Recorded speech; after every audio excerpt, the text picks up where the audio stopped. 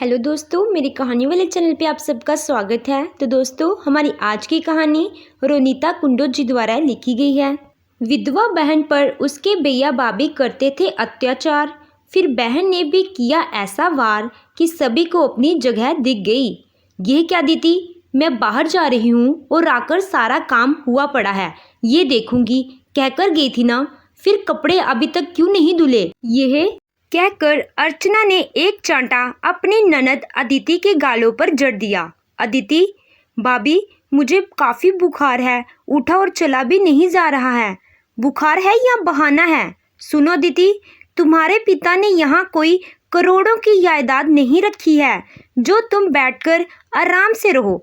यहाँ रहना है तो मुफ्त की रोटी नहीं मिलेगी, काम करना पड़ेगा, अर्चना ने चिल्लाते हुए कहा। अदिति, भाभी काम तो मैं करती हूँ ना, ये तो आपको भी पता है, फिर यह सारी बातें क्यों कर रही हो? आप भी तो यहाँ बिना काम किए ही खाती हो ना। क्या कहा मनहूस तुमने? अपनी तुलना मुझसे कर रही हो? मैं इस घर की मालकिन हूँ और तुम नौकरानी। अपनी औकात मत भूलना, अर्चना अदिति के बाल खींचते हुए कहती है। अदिति, भाभी यह घर मेरे पापा ने बनवाई थी, तो उस हिसाब से भैया के साथ मेरा भी इस घर में बराबर का हिस्सा हुआ। क्या कहा मनहूस तूने? इस घर पर तेरा भी हिस्सा है? अगर आज तुझे ही खत्म कर दूं तो फिर कौन सा हिस्सा? घर के अंदर घुसते घुसते उसके भैया विक्रम ने कहा।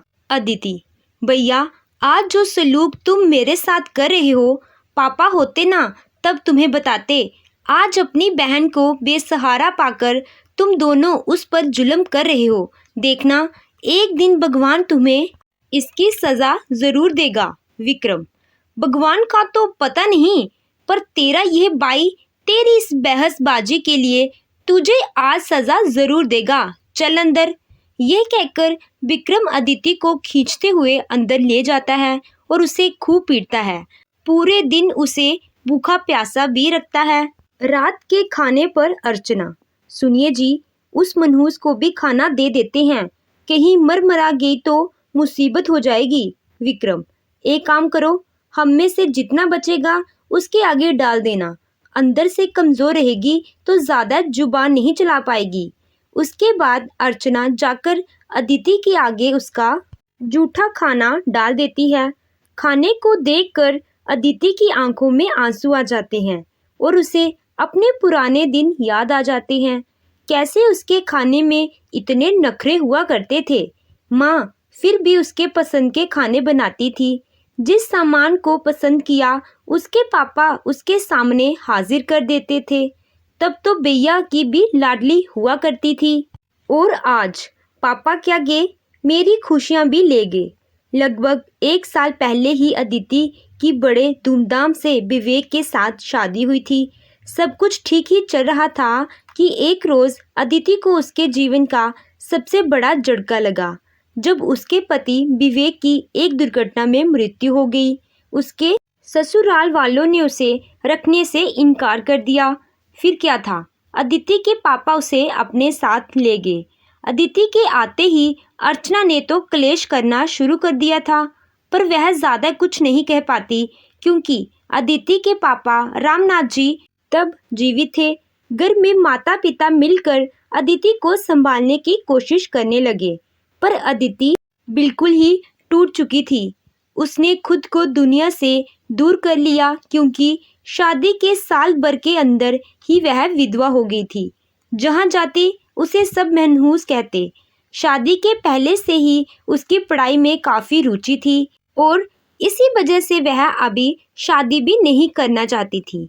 पर माता पिता को अच्छा रिश्ता मिल गया, जिससे अदिति की चटमंगनी पट ब्याह हो गया। शादी के बाद भी उसने अपनी पढ़ाई नहीं छोड़ी। उसका पति विवेक उसकी बहुत मदद करता था।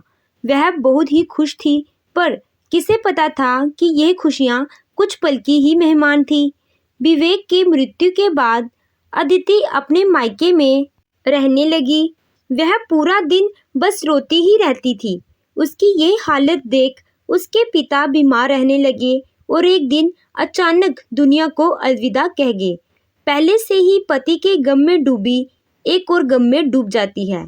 अर्चना को तो जैसे मौका ही मिल गया उसे परेशान करने का। वह बात बात पर अदिति को मनहूस कहकर ताना देती।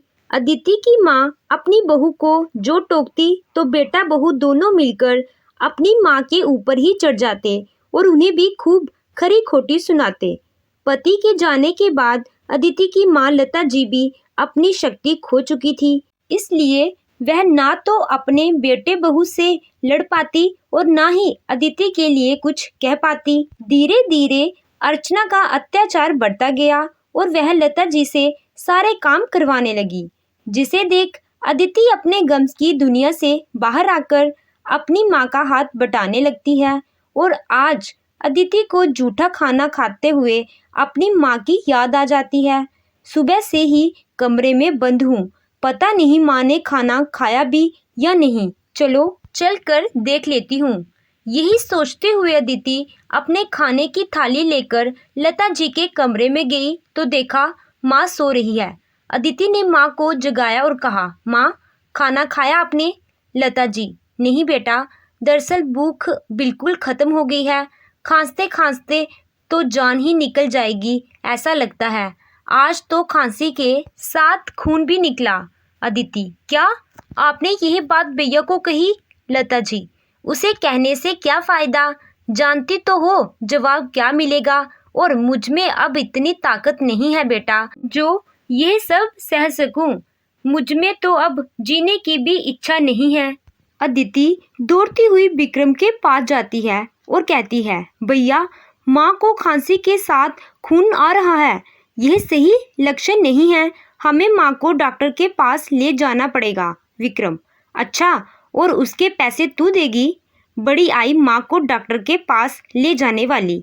अरे वह अब जी कर भी क्या करेगी, इतनी उम्र तो हो गई है। मैं तो कहता हूँ जब उनकी चिता जलेगी तू भी उस पर बैठकर सती हो जाना, पति के साथ नहीं तो माँ के साथ ही सही। चल जा अब यहाँ से और मुझे सोने दे। अदिति चाह तो रही थी बहुत कुछ कहना, पर बैंस के आगे बीन बजाने का क्या फायदा, इसलिए वह चुपचाप वहां से जाने लगी कि तभी अर्चना कहती है, अब जाकर माँ के साथ चिपक मत जाना, रसोई पूरा फैला पड़ा है, उसे समेट देना, वरना पता है ना क्या होगा। अदिति रोते रोते अपने माँ के पास जाती है तो देखती है माँ का खांस खांस कर बुरा हाल हो रहा है, पर वह करती भी क्या। रसोई में से थोड़ा अदरक कूटकर वह माँ को लाकर दे देती है और अपने आंसुओं को छुपाते हुए रसोई का काम समेटने चली जाती है। काम खत्म करके जब वह वापस माँ के पास आई तो देखा माँ सो गई है। उसे लगा शायद अदरक से माँ को थोड़ी राहत मिली होगी, इसलिए सो गई। वह भी धीरे से बिना कोई आवाज़ किए वहीं नीचे सो गई। सुबह उठकर जब वह अपनी माँ की तरफ देखती है तो सोचती है कि जिस करवट माँ कल सोई थी पूरी रात उसी करवट में सोई रही। फिर वह माँ माँ करते हुए माँ को जगाने लगी, पर माँ कहाँ जगने वाली थी, माँ तो जा चुकी थी।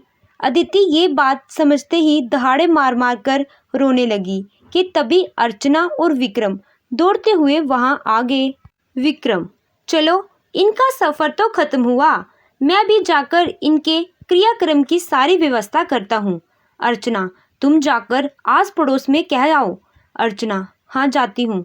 पता नहीं सुबह सुबह ही घर में मनहूसियत छा गई। अदिति हैरान थी कि क्या कोई बेटा अपनी माँ की मृत्यु पर ऐसे पेश आता है, पर आज उसे किसी से नहीं सिर्फ भगवान से ही शिकायत थी। आखिर और कितनी परीक्षाएं लेंगे आप मेरी, मुझे भी अपने पास बुला लीजिए। कुछ देर बाद लता जी की अर्थी उस घर से निकल गई और उसके बाद बेसुध अदिति भी घर से निकल गई। उसे अब कुछ समझ नहीं आ रहा था। माँ के जाने के बाद वह अनाथ हो गई थी। वह रास्ते में यूं ही बदहवास सी चली जा रही थी। काफी देर चलने के बाद वह एक मंदिर में बैठ गई। थोड़ी देर बाद, अरे अदिति, तुम और तुम्हारी ये हालत। अदिति उस लड़की को पहचानने की कोशिश करने लगी। लड़की, अरे पहचाना नहीं, मैं काजल, तुम्हारे कॉलेज की सहेली। अदिति, हाँ याद आया। काजल, तुम्हें इस हाल में देखकर यकीन ही नहीं हो रहा है। मुझे तो लगा यूपीएससी क्लियर करने के बाद तुम्हारी नौकरी लग गई होगी। काजल, हाँ यार, मैंने भी दिया था एग्जाम पर फेल हो गई। पर तेरी तो निकल गई थी ना, मैंने खुद अखबार में देखा। अदिति, अखबार में? ये सब तू क्या बोल रही है? हाँ, मैंने विवेक के रहते ही परीक्षा तो दी थी, पर फिर मेरे साथ एक के बाद एक दुर्घटनाएं घटती गई और मुझे दुनियादारी का कुछ होश ना रहा। यह कहकर अदिति ने अपनी पूरी कहानी काजल को बता दी। काजल, पर मैं हैरान हूँ, तुझे दुनियादारी की खबर नहीं थी, पर तेरे घर खबर कैसे नहीं पहुंची? कोई तार या चिट्ठी तो जरूर आई होगी। अदिति ने कुछ सोचा तो उसे याद आया। हाँ, कुछ समय पहले डाकिया आया तो था एक लिफाफा देने, पर मैंने नहीं सोचा था कि वह मेरे काम की होगी। क्या बताऊं काजल, पापा के जाने के बाद मेरे भैया भाभी ने नर्क मचा रखा है। अब मैं समझी उन्होंने जानबूझकर ही नहीं बताया होगा, जो बता देते तो उनकी मुफ्त की नौकरानी चली जाती। पर अब बहुत हो गया रोना धोना। अब मैं अपने सारे दुख और आंसू का हिसाब लूंगी, मेरे ससुराल वालों से भी और मेरे भैया भाभी से भी। मैं फिर से परीक्षा दूंगी और इस बार मुझे आगे बढ़ने से कोई रोक नहीं सकता। उसके बाद अदिति घर आ जाती है। वह लिफाफा कहाँ होगा? मुझे भाभी की अलमारी में देखना होगा, आखिर था क्या उसमें, वह देखना पड़ेगा। अदिति ने मौका देखकर अर्चना की अलमारी में वह लिफाफा ढूंढना शुरू कर दिया। कुछ देर ढूंढने के बाद उसे वह लिफाफा मिल गया। वह वाकई में अदिति का ही परिणाम था। भाई तो हमेशा बहन का सहारा और रक्षक बनता है, पर मेरा भाई मेरा सबसे बड़ा दुश्मन है और अब दुश्मन से बदला लेने का वक्त आ गया है। उसके बाद से अदिति अपने घर के सारे काम अर्चना के बिना कहे ही कर देती थी, जिससे अर्चना भी निश्चित अपने काम में लग जाती। इधर अर्चना को लग रहा था कि मम्मी जी के ना रहने से अदिति डर गई है, इसलिए बिना मेरे कुछ कहे ही सारा काम कर देती है। और उधर अदिति चुपचाप अपनी पढ़ाई पर ध्यान दे रही थी और वह इसलिए सारा काम पहले खत्म कर देती थी ताकि अर्चना की उस पर नजर ना रहे। दिन भर अदिति घर का काम करती है और रात में पढ़ाई। परीक्षा वाले दिन वह मंदिर जा रही है कहकर घर से निकलती है, क्योंकि उसने घर का सारा काम खत्म कर लिया था, इसलिए अर्चना ने भी उसे रोका नहीं। अर्चना तो ये सोच भी नहीं सकती थी कि अदिति क्या सोच रही है। परीक्षा खत्म हो गई और वह घर आ गई, पर इस बार उसने अपने घर के पते की जगह काजल के घर का पता दिया और उसकी मेहनत रंग लाई। न सिर्फ परीक्षा, उसने इंटरव्यू भी पास कर लिया और नौकरी हासिल कर ली, पर यह बात उसने किसी को नहीं बताई। एक रोज अदिति घर पर अपने माता पिता के तस्वीर के सामने रोते रोते अपनी खुशी बता रही थी कि तभी उसका देवर और उसकी सास आकर उसे आवाज़ देने लगते हैं। उनकी आवाज़ सुनकर पहले अर्चना और विक्रम बाहर आते हैं और उनसे आने की वजह पूछते हैं। विक्रम उन्हें देख गुस्सा हो जाता है। अदिति की सास बीना जी, ज़रा अदिति को बुला देना, हमें कुछ ज़रूरी बात करनी है उससे। इतने में अदिति बाहर आती है और उन लोगों को देखकर हैरान हो जाती है। बीना जी, बहू माफ़ कर दे हमें, जो तेरे साथ ऐसा बर्ताव किया, पर क्या है ना, विवेक के जाने का दुख सहन नहीं हो पा रहा था, इसलिए हमने ऐसा व्यवहार कर दिया अदिति, और शायद इसलिए मुझे घर से निकालने और मेरे सारे गहने हड़पने के बाद विवेक जी के जाने का दुख नहीं रहा।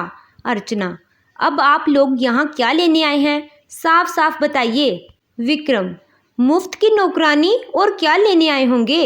अदिति, भाभी यह अपनी बहू अदिति को ले जाने नहीं बल्कि आईएएस अदिति शर्मा को ले जाने आए हैं। भैया, अब यह अदिति मुफ्त की नौकरानी नहीं रही। आईएएस सुनकर तो विक्रम और अर्चना के होश ही उड़ गए। विक्रम, यह क्या मजाक है अदिति। अदिति, मजाक नहीं भैया, अब यह सब हकीकत है। विक्रम अर्चना की ओर देख रहा था कि तभी अदिति कहती है, आप लोगों ने तो वह लिफाफा छुपा दिया था, फिर यह आईएएस कैसे बनी, यही सोच रहे हैं ना। पर वह कहावत है ना, होने को कौन टाल सकता है भला। भैया भाभी, आप लोगों के अच्छे दिन अब शुरू हो गए हैं।